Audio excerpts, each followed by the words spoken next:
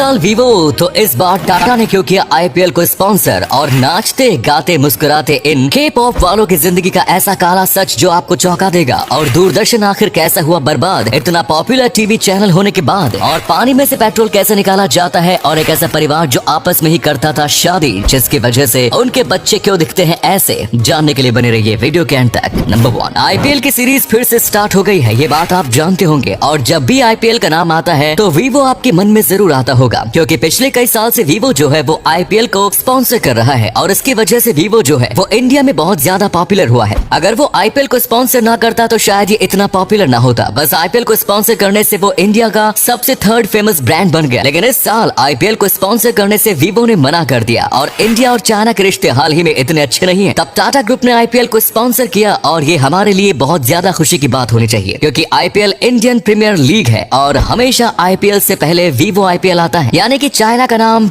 India से पहले आता है। और इतने साल से यही हो रहा था, जो कि काफी गलत बात है, क्योंकि अगर इंडियन लीग है तो इंडिया में कई कंपनी है जो इसे स्पॉन्सर कर सकती है और टाटा ने यही कर दिखाया। ये आत्मनिर्भर बनने की तरफ एक तरफ कदम है। आजकल कोरियन म्यूजिक यानी कि के पॉप बहुत ज्यादा पॉपुलर हो रहा है। आप भी इनमें से कई लोगों के फैन होंगे, लेकिन इतना ज्यादा फेमस होने के पीछे एक बहुत ही ज्यादा काला राज है। इनमें से ज्यादातर 12 से 13 साल की छोटी उम्र में स्लेव कॉन्ट्रैक्ट का हिस्सा बनते हैं, यानी गुलामी का कॉन्ट्रैक्ट। और इसके हिसाब से इन्हें सुबह से लेकर रात तक डांस और गाने की प्रैक्टिस कराई जाती है। इन्हें ज्यादा खाने से रोका जाता है ताकि ये ज्यादा मोटे ना हो जाएं। और इतनी ट्रेनिंग के बाद इनमें से कई लोग हैं जो कि स्टेज पर ही बेहोश हो जाते हैं, क्योंकि इन्हें खाना कम दिया जाता है। इसी के साथ अगर इनमें से कोई इनके हिसाब से अट्रैक्टिव नहीं दिखता है तो उसे जबरदस्ती प्लास्टिक सर्जरी कराई जाती है। अगर इनमें से कोई समलैंगिक है उसे अपने जेंडर को छुपाना पड़ता है। और जब तक इनकी ट्रेनिंग पूरी नहीं हो जाती तब तक ये अपने दोस्त या फैमिली वालों से ज्यादा मिल भी नहीं सकते। और अगर ये पॉपुलर हो जाते हैं तो उसके बाद की जिंदगी भी इनकी पर्स इन्हीं सब में जाती है और इन्हें अपने लिए टाइम नहीं मिलता।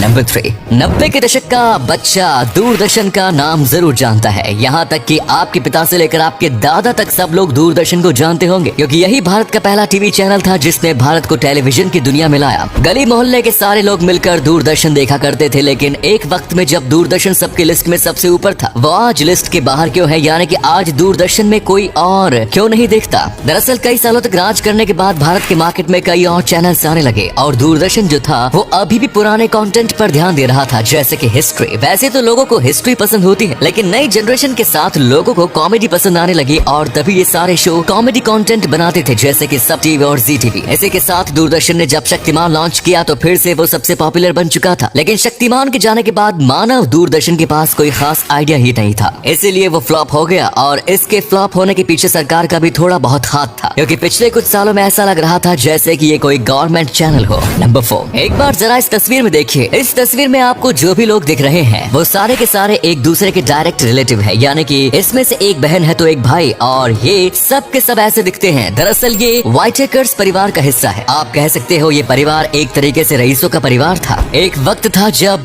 कई जगह पर इनको बिल्कुल राजा जैसा सम्मान मिलता था और इनके खून को पवित्र रखने के लिए इनकी आपस में शादी हो जाती थी, वो भी बहुत ही ज्यादा करीबी में। यहाँ पर कई ऐसे रिश्ते हैं जिसमें भाई बहन की शादी हुई होती है। जापान में भी ऐसा किया जाता था, लेकिन जापान में ये करने के अलग अलग तरीके होते थे, जिसकी वजह से उनका डीएनए और खून दोनों प्योर रहता था। लेकिन इसमें बहुत ही ज्यादा क्लोज रिलेटिव से बार बार शादी करने की वजह से उनका डीएनए म्यूटेट नहीं हो पाया और अब ज्यादातर जो इस खानदान से पैदा होते हैं वो ऐसे ही होते हैं। नंबर 5, आज जितने भी पेट्रोल का इस्तेमाल करते हैं उसमें से ज्यादातर जो पेट्रोल है वो जमीन के अंदर से आता है। पेट्रोल जो होता है वो शुरुआत में क्रूड ऑयल के रूप में होता है, जो कि काला तरल पदार्थ है और ये कुछ और नहीं बल्कि पहले मरे हुए ऑर्गेनिक सब्सटेंस है, जो कि बहुत ज्यादा हीट और प्रेशर की वजह से कंप्रेस होकर ऐसे काले तरल पदार्थ में बदल गए हैं। इसे ढूंढने के लिए पहले पानी में रडार सिग्नल का इस्तेमाल किया जाता है। इसके बाद अगर उन्हें लगता है कि यहाँ पर क्रूड ऑयल मिल सकता है तो यहाँ खुदाई की जाती है, बिल्कुल जैसे जमीन में से पानी निकालने के लिए खुदाई की जाती है, वैसे ही यहाँ पर एक बहुत ही बड़ी ड्रिलिंग मशीन के जरिए खुदाई की जाती है। और अगर इसमें पेट्रोल मिलता है तो फिर आगे का प्रोसेस शुरू किया जाता है, और अगर नहीं मिलता तो कहीं और ढूंढा जाता है। और इसी वजह से फॉसिल फ्यूल महंगा है, क्योंकि उसे ढूंढना मुश्किल होता है। नंबर 6, वर्ल्ड वॉर 2 के दौरान जो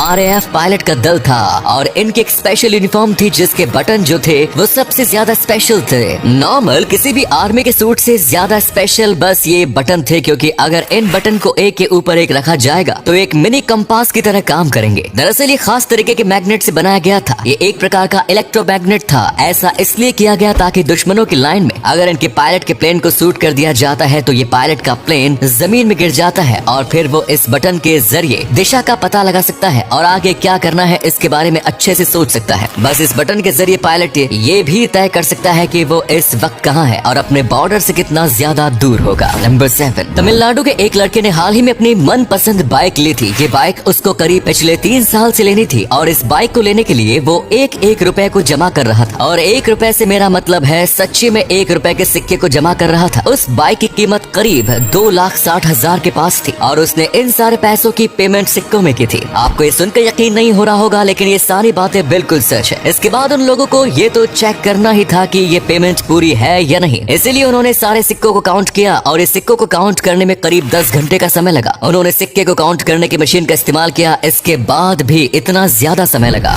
नंबर 8, साल 1960 में CIA ने सोचा कि वो अब दूसरे देशों में जासूसी करने के लिए जानवरों का इस्तेमाल करेगी। इसके लिए उन्होंने सबसे पहले बिल्ली का इस्तेमाल किया था, क्योंकि बिल्ली जो होती है वो बहुत ज्यादा चंचल और कई जगह पर आसानी से घुस जाती है और बिल्ली कैसी भी जानवर है जो ज्यादातर लोगों को पसंद होती है, तो उनको लगा बिल्ली सबसे बेस्ट होगी। उन्होंने बिल्ली को बहुत ही ज्यादा अच्छे से ट्रेन किया। उन्होंने बिल्ली को बहुत ज्यादा हाईटेक गैजेट के साथ सोवियत यूनियन में भेजा। इस प्रोजेक्ट में उन्होंने 20 मिलियन से ज्यादा रुपए खर्च किए और उन्हें लगा था कि ये प्रोजेक्ट बहुत ज्यादा कमाल के तरीके से सक्सेसफुल रहेगा, लेकिन सब पासा उल्टा पड़ गया, क्योंकि सोवियत यूनियन में भेजने के कुछ दिनों बाद ही वो बिल्ली टैक्सी से टकरा कर मर गई। तो दोस्तों, उम्मीद करते हैं आपको ये वीडियो अच्छी लगी होगी। अगर हाँ तो इसे अधिक से अधिक लाइक और शेयर कीजिए। हमें कमेंट्स करके बताएं कि आपको इनमें से कौन सा फैक्ट सबसे मजेदार लगा। आज के लिए इतना ही, फिर मिलेंगे नई वीडियो और ढेर सारी रोचक जानकारी के साथ। धन्यवाद।